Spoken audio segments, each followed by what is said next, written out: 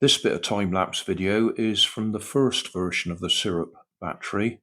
That's when it was neat syrup before I added the water to loosen it up a bit, and it only lasted for about an hour.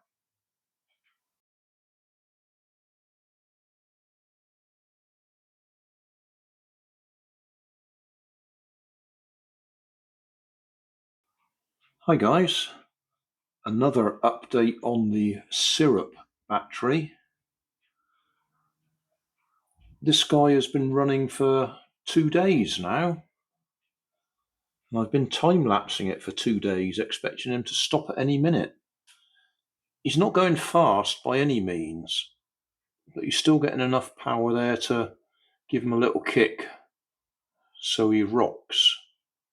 So I'm going to stop the time lapse. I don't think there's much point in running it for any longer. Having said that, I've no doubt it will stop tonight or something like that. But we've established we've run for at least 48 hours. So that'll do. It's not a very successful battery, but it is running. I expect I'll show you the time lapse. It'll be a bit like watching paint dry. I'll fast forward it so it's a time lapse that's going even faster. We may not even see him moving. We'll find out when we look at it. Look at the video. This is my Campark Extreme I Plus UHD 4K action camera. This is the one that I do long-term time lapses with. When I first bought it, I was pretty upset with it. It was relatively cheap, but I was pretty upset with it because it just didn't take very good pictures. The white balance seemed to be out, tended to wash out the pictures or the videos. But I stuck with it and I eventually found that it does time-lapse pretty good. So when I want to do a long-term time-lapse, this is what I use. I've done time-lapses running for 2 weeks before now with it. I leave it plugged into the USB supply to keep it running, but because the battery won't last anything like that sort of length of time. But it takes it, it carries on. But in this time lapse that I've just done with the syrup battery, I've come across a problem. I tried to be clever and made a mistake. If we switch it on,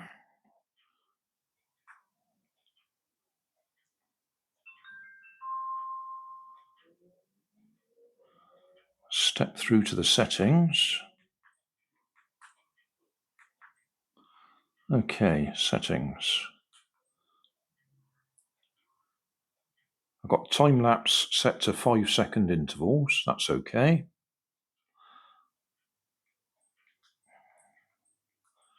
Normally, I leave the field of view alone, 170 degrees. In other words, that's as wide a picture as it'll take. So most of my time lapses, I want that. But this time I wanted something close up because we're just looking at the battery. So I changed this, changed it to 70. And it did that fine. It gave us a closer picture, a smaller area. But the problem, if we step on a bit further, I think it's one of the next settings. Nope, not that one. Next one.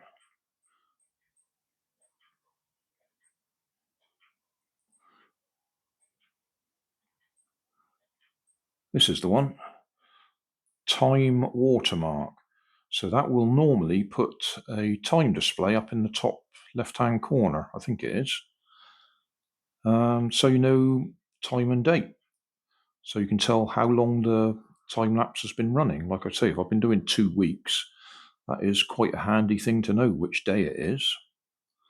But because I cut that down to a 70-degree field of view, I think that the time lapse display is still up there, but it's not captured. So instead of being here somewhere where my finger is, it's disappeared off the top of the screen. So that's really annoying. We can't really tell how long the time-lapse period is, other than the fact it gets light and dark as the day goes to night. And then there's another problem. For some reason or other, it's also pulsing. I think that's the best way I can explain it. The picture's jerking on a regular basis. It's doing that sort of thing, which I can only assume is something to do with reducing that field of view again, because I've never noticed it before. So this video you're going to watch now, which is only a minute long, I think. Well, I'll make it only a minute or so long. I'll reduce it even further. Is disappointing. We haven't got the time display, and it's pulsing. Yeah, the actual video is about 28 minutes long. That's 2 days, 2 and a bit days. But I'll cut it down to about 3 minutes, I expect, because this has gone on long enough just to explain problems doing a long time lapse.